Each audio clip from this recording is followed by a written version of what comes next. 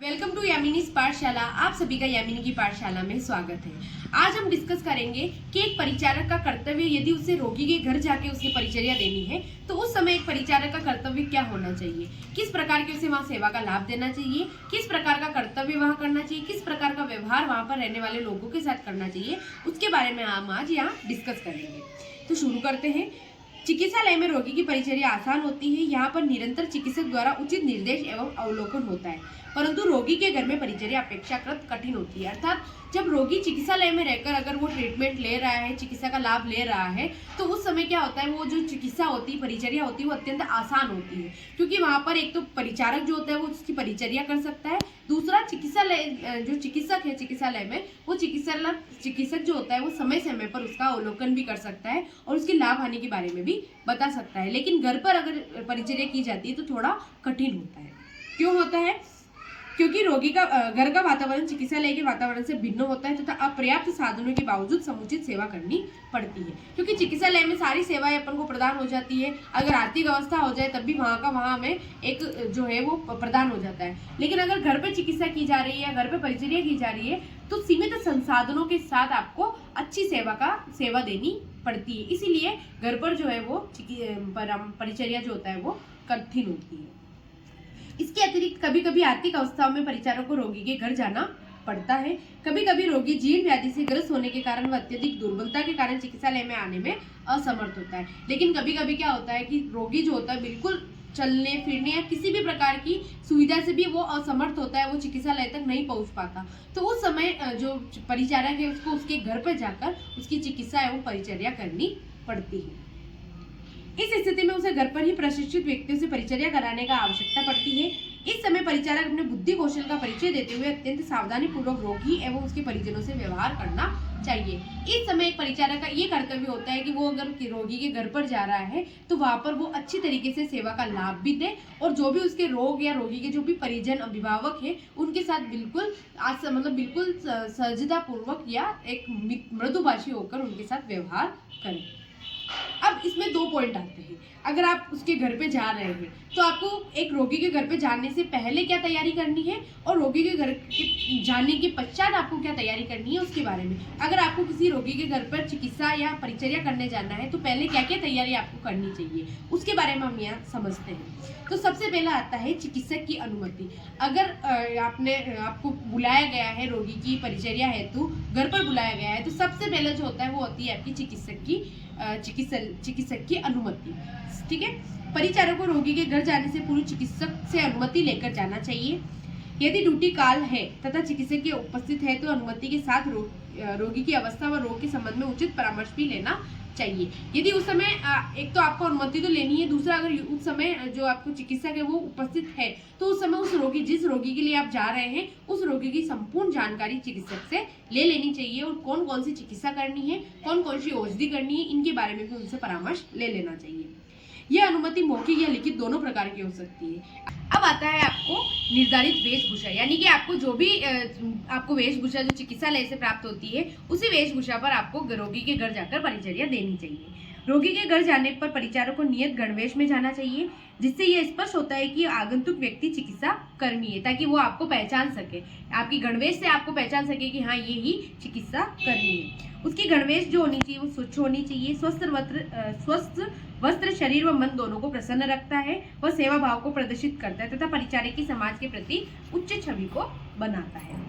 फिर आता है तीसरा, उपयुक्त औषध एवं यंत्र शस्त्रों को साथ में रखना। इसके अलावा जो भी आपको रोगी के लिए आपको पता है रोगी की क्या ट्रीटमेंट करना है, उस हिसाब से जो भी उसको औषधि की जरूरत है, किसी प्रकार की यंत्र शस्त्र की जरूरत है, उसको भी आपको अपने साथ रखना चाहिए। जैसे कि परिचारक को रोगी के घर जाने से पूर्व व्याधि से संबंधित जो भी औषधियां है या जो भी यंत्र शस्त्र है वो अपने जो भी प्रैक्टिस बैग में होता है उसमें ध्यानपूर्वक रख लेना चाहिए। रोगी को दैनिक परीक्षण के लिए रक्तचाप मापक यंत्र यानी कि जो भी बीपी इंस्ट्रूमेंट होता है वो, स्पाइग्मोमेनोमीटर, ताप मापक यंत्र जैसे थर्मामीटर, स्टेथोस्कोप, सिरिंज, टॉर्च, आवश्यकता अनुसार ईसीजी मशीन आदि का परीक्षण के लिए साथ में रखना चाहिए, ताकि वहां पर कोई भी आर्थिक अवस्था है उस समय आपको ये यंत्र शस्त्रों को साथ में रखेंगे तो आपको आराम से जो भी है सहायता मिल सकेगी।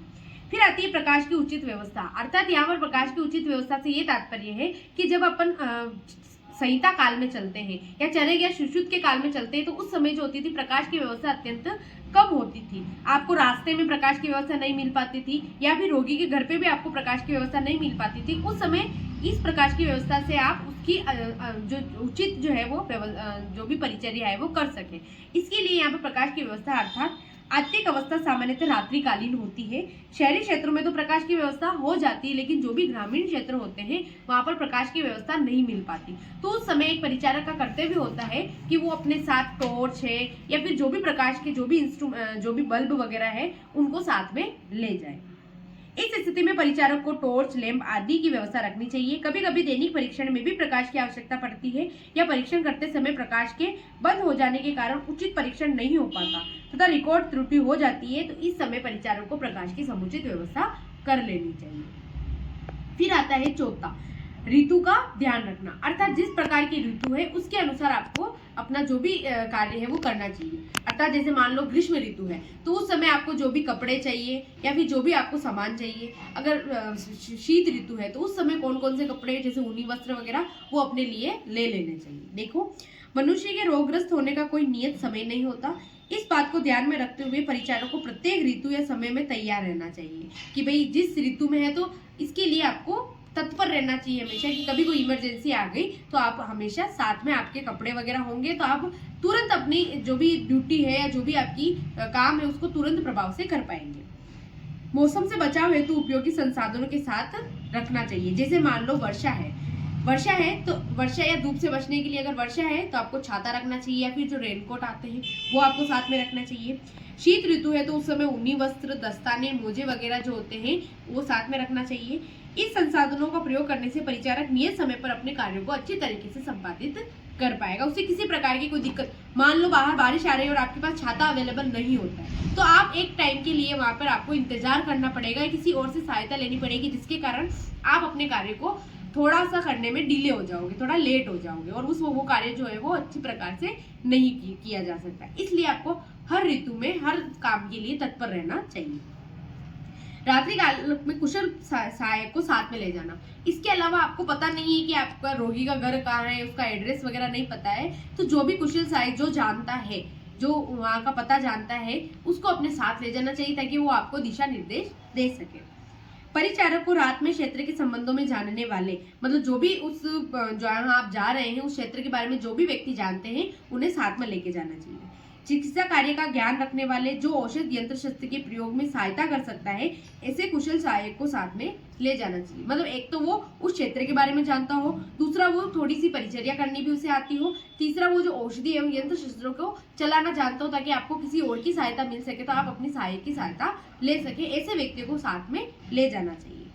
अनजान रास्ते में पथ का ज्ञान रखने वाले सहायक की सहायता से परिचारक नियत समय पर जाकर वह परिचर्या व अल्प समय में ही चिकित्सालय में पुनः आ सकता है। अगर आप एक तरीके से अपने एक ऐसे कुशल सहायक को साथ में रखेंगे तो आप जल्दी से उसके घर पे जाकर, रोगी के घर पे उसको चिकित्सा का लाभ देकर पुनः वापस चिकित्सालय में लौट सकते हैं। तो इस प्रकार रात्रि काल में आपको एक सहायक को साथ में रखना चाहिए। तो ये तो थी अपनी रोगी के पूर्व, मतलब रोगी के घर जाने से पूर्व की क्या क्या तैयारी, कि सबसे पहले आपको चिकित्सक से अनुमति लेनी है, दूसरा आपको निर्धारित वेशभूषा में जाना है, तीसरा जो भी आपको औषधि है या उपकरण है, यंत्र शस्त्र जो भी है उनको साथ में रखना है, चौथा आपको ऋतु के अनुसार आपको ध्यान में रखना है, पांचवा है प्रकाश की व्यवस्था होनी चाहिए, छठा आता है आपका रात्रिकालीन में कुशल परिचारक या सहायक को साथ में ले जाना। तो ये तो हो गया रोगी के घर जाने से पूर्व की तैयारी। अब अगर वहां पे आप घर पहुंच गए हैं तब आपका क्या कर्तव्य होना चाहिए, तब आपकी क्या तैयारी होनी चाहिए उसके बारे में।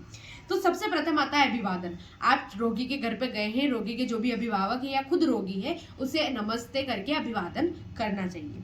दूसरा है शालीनता का व्यवहार। वहां पे आप गए हैं तो किसी प्रकार की आर्थिक अवस्था है तो उस समय क्या होता है कि जो भी अभिभावक है या खुद रोगी जो है वो एक तरह से टेंशन में होते हैं, तो उस समय आपको वहां पर शालीनता का व्यवहार करना है ताकि उनसे आप एक धीरज जो होता है वो उन्हें धीरज दिलाना चाहिए। परिचारकों को स्वयं शालीनता का परिचय देते हुए परिजनों एवं रोगियों से भी शालीनता पूर्वक रोग का ज्ञान करना चाहिए। ड्यूटी के समय परिचारकों को सौंदर्य प्रसाधन का प्रयोग न करते हुए शालीनता का परिचय देना चाहिए। मतलब आप सुंदर लग रहे हो नहीं लग रहे हो इसके बारे में ध्यान न देते हुए आप शालीनता का परिचय देना चाहिए। भाषा एवं रीति रिवाजों का ध्यान रखना, यानी कि जिस कम्युनिटी में आप गए हैं उस समय वहां पर क्या भाषा है, एवं उनके क्या रीति रिवाज है या फिर जो भी धार्मिक जो भी चीजें होती है उनका आपको पालन करना चाहिए। ठीक है, परिचारक को क्षेत्रीय भाषा का ज्ञान होना चाहिए कि वहाँ पे किस प्रकार की भाषा का प्रयोग किया जाए, ताकि आप कोई भी अगर आप बात कह भी रहे हैं सामने वाले को तो वो समझ सके और वो वापस आपको आंसर दे सके। वरना मान लो आगे वाला, अगर आप ग्रामीण क्षेत्र में गए हैं, ग्रामीण क्षेत्र में इंग्लिश नहीं आ रही और आप इंग्लिश में बात कर रहे हैं तो आगे वाले ना समझ नहीं पाएंगे। तो आपको वहीं की भाषा का प्रयोग करना चाहिए ताकि आपकी बात को जो अभिभावक या रोगी है वो समझ सके। इसके अलावा रोगी जो है जो रोग या परिचारक है उनकी भाषा का ज्ञान होगा तो आप उनकी बात को भी अच्छी तरीके से समझ पाएंगे। इसलिए आपको ग्रामीण भाषा या जो भी नॉर्मल भाषाएं होती है उनके बारे में जानकारी होनी चाहिए। इसके अतिरिक्त उस क्षेत्र में रीति रिवाज को ध्यान में रखते हुए बात करनी चाहिए। कभी भी रीति रिवाज के संबंध में उपहास नहीं उड़ाना चाहिए। चौथा आता है पवित्रता। पवित्रता यानी कि खुद पवित्र रहते हुए रोगी को भी पवित्र रहने के लिए अर्थात उसके आसपास के लिए भी उनसे जो भी अभिभावक है उनको प्रेरित करना चाहिए। आचार्यों ने वैद्य व परिचारक दोनों के गुण में सूची भी बताया है। ठीक है, अपन ने पढ़े थे, जब अपन ने परिचारक के गुण पढ़े तो उसके अंदर सूची शब्द पढ़ा था यानी पवित्रता। तो परिचारक को हमेशा पवित्र होना चाहिए। अतः परिचारक को कायिक, वाचिक एवं मानसिक मतलब मन, वचन एवं कर्म तीनों प्रकार से सुंदर, पवित्र या शुद्ध होना चाहिए।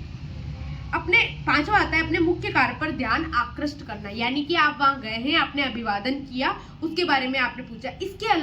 इसके अलावा आपको किसी प्रकार की कोई बातचीत नहीं करनी कि कैसे वगैरह, जो भी नॉर्मल बातचीत नहीं करनी है। अर्थात अपने आप जिस कार्य के लिए गए हैं उस कार्य को आपको करना है। परिचारक रोगी से घर परिचर्या हेतु जाता है, वहां उसे मितभाषी रहते हुए अपने ध्यान से रोगी की परिचर्या पर केंद्रित रखना चाहिए। घर के आंतरिक प्रकरणों घर के जो भी आंतरिक प्रकरण होते हैं उसमें हस्तक्षेप नहीं करना चाहिए और अपने कार्य को सुचारू रूप से संपादित करना चाहिए। फिर आता है छठा, रोगी का परीक्षण। जाते से आप उनसे एक बार परीक्षण करना चाहिए कि किस प्रकार से रोगी की किस प्रकार से उसकी अवस्था है और उसके अवस्था के अनुसार आप रोग कर सकेंगे। इसके लिए आपको उसका परीक्षण करना चाहिए। परिचारक को रोगी के घर पहुंचने पर सर्वप्रथम रोगी का परीक्षण कर दैनिक प्रकृति विवरण में लिखना चाहिए कि अभी अभी उसकी, जैसे मान लो बीपी कैसी है, उसका तापमान कैसा है, उसका जो नाड़ी गति है, नाड़ी दर है वो किस प्रकार की है। तो ये सब ज्ञात करते हुए, इन सभी को परीक्षण करते हुए आपको एक प्रगति पत्र जो होता है उसमें लिख लेना चाहिए। प्रत्येक दिन नाड़ी, श्वसन, रक्तभार, मूत्र, मल प्रवृत्ति संख्या, आहार, निद्रा आदि का परीक्षण करना चाहिए। परीक्षण के समय यह ध्यान रखना चाहिए कि उस व्याधि से संबंधित बातों को रोगी से पूछे। इसके अलावा अगर महिला रोगी परीक्षण में परिचारक को विशेष सावधानी बरतनी चाहिए। अकेले में लज्जा के कारण महिला अपने रोग के बारे में नहीं बता पाती। इस समय आपको ध्यान रखना चाहिए कि जो भी घर में जो अन्य महिला है वो जो है उनसे पूछवाना चाहिए या उनको साथ में रखकर आपको परिचर्या करनी चाहिए। फिर सातवां आता है रोगी द्वारा प्रदत्त वस्तु को ग्रहण न करना। अर्थात आपने अच्छी परिचर्या करी, अच्छी चिकित्सा करी, उस समय अगर रोगी या अभिभावक आपको कोई वस्तु दे रहे हैं या कोई भी धनराशि दे रहे हैं कि आपने अच्छा किया वगैरह, उस समय उस धनराशि को आपको ग्रहण नहीं करना चाहिए।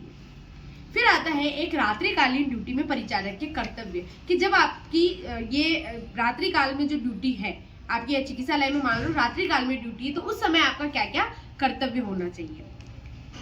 सर्वप्रथम कार्य पर उपस्थित होते ही उपस्थित पंजिका पर हस्ताक्षर में समय अंकित करना चाहिए कि आपने कब ज्वाइन करा, कब आपने ड्यूटी ज्वाइन करी। उस समय आपको हस्ताक्षर भी करना है और जिस समय ज्वाइन करी वो समय भी लिखना है। ड्यूटी पर कार्य कर रहे दूसरे परिचारक से प्रविष्ट रोगियों की स्थिति की जानकारी लेना, यानी कि जो भी शिफ्ट में जो भी परिचारक था उनसे जो भी रोगी है उनके बारे में पूर्ण जानकारी लेना। तीसरा है समस्त यंत्र उपकरण, रजिस्टर एवं औषधि को चार्ज में ले लेना। जो भी यंत्र शस्त्र है वो अपने चार्ज में रख लेना ताकि आप उनका प्रयोग कर सके। औषधि की मात्रा कम या नहीं होने पर तुरंत स्टोर से व्यवस्थित करना। यदि आपको औषधि वितरण कक्ष जो होता है उसमें औषधि की मात्रा कम लग रही है या फिर वहां पर खत्म हो चुकी है तो उसके लिए आपको उस औषधि को पूर्ण करना। आर्थिक अवस्था की औषधियां, निद्रालु औषधियां आदि हमेशा औषध वितरण कक्ष में होनी चाहिए।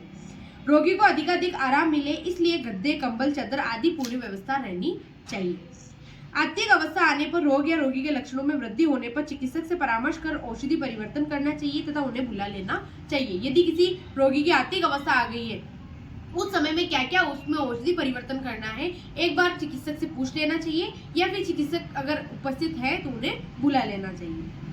वार्ड में जाकर रोगी व्यवस्था पत्रक में नाड़ी, श्वसन, रक्तचाप, मल मूत्र विसर्जन, औषध व्यवस्था आदि अंकन करना चाहिए। इसके अलावा जो भी आप रोगी की चिकित्सा करने से पहले जो भी परीक्षण है वो कर लेना चाहिए, ताकि चिकित्सक अगर उसे चेक भी करे उस समय आप उसकी स्थिति को बता सकें। दैनिक कार्यों का संपादन के पश्चात खाली समय में दिन में काम आने वाले घास, पीस, रुई, पट्टी आदि को तैयार रखना चाहिए तथा यंत्र शस्त्रों को विसंक्रमित कर अपने स्थान पर सुसज्जित कर देना चाहिए।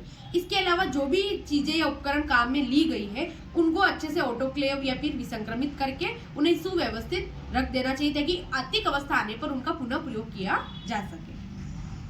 प्रातःकालीन ड्यूटी पर आने वाले परिचारक से पूर्व रोगी को प्रातःकालीन दिनचर्या, शौच, शुचि, शोरकर्म, दंत मंजन आदि से निर्वत करवा देना चाहिए। अब आप ड्यूटी छोड़ रहे हैं, सुबह का टाइम हो गया, आपकी ड्यूटी खत्म हो गई, उस समय आपको चाहिए कि जो भी रोगी है उसकी जो भी दैनिक दिनचर्या है, दैनिक मतलब सुबह की जो भी दिनचर्या, जैसे उसे ब्रश करवाना, शोर कर्म जिसे कहते हैं, शौच शुद्धि मतलब उसे मल मूत्र विसर्जन कराना, ये सब कार्य करके फिर अपनी ड्यूटी छोड़नी चाहिए और अपने जो भी अधीनस्थ कर्मचारी है उसको संभलवाना चाहिए।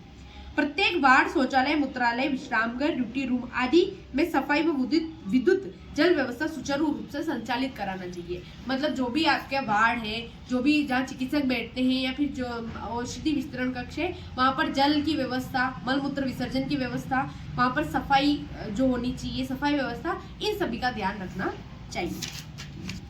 प्रातःकालीन ड्यूटी पर आने वाले परिचारक के उपस्थित हो जाने पर ही उसे समस्त प्रकार का चार्ज देकर चिकित्सालय छोड़ना चाहिए। इसके अलावा आपकी ड्यूटी पूरी हो गई है, उसके बाद जो सुबह जो नया परिचारक आएगा उसे ड्यूटी संभलवा कर उसे सभी प्रकार का मार्गदर्शन देकर उसे पिछली जो भी रिकॉर्ड है उसको बताकर उसके बाद अपना जो चार्ज है वो छोड़ना चाहिए। ठीक है, इसी के साथ हमने देखा कि इसमें रोगी के घर जाने पर एक परिचारक का क्या कर्तव्य होना चाहिए और रोगी के पूर्व, रोगी के रात्रिकालीन जो ड्यूटी होती है उसमें एक परिचारक का क्या कर्तव्य होना चाहिए। तो इस वीडियो को हम यही खत्म करते हैं। मिलते हैं एक नई वीडियो के साथ, एक नई टॉपिक के साथ। अगर आप मेरे चैनल पर नए हैं तो चैनल को सब्सक्राइब कीजिएगा। Thank you so for watching. धन्यवाद।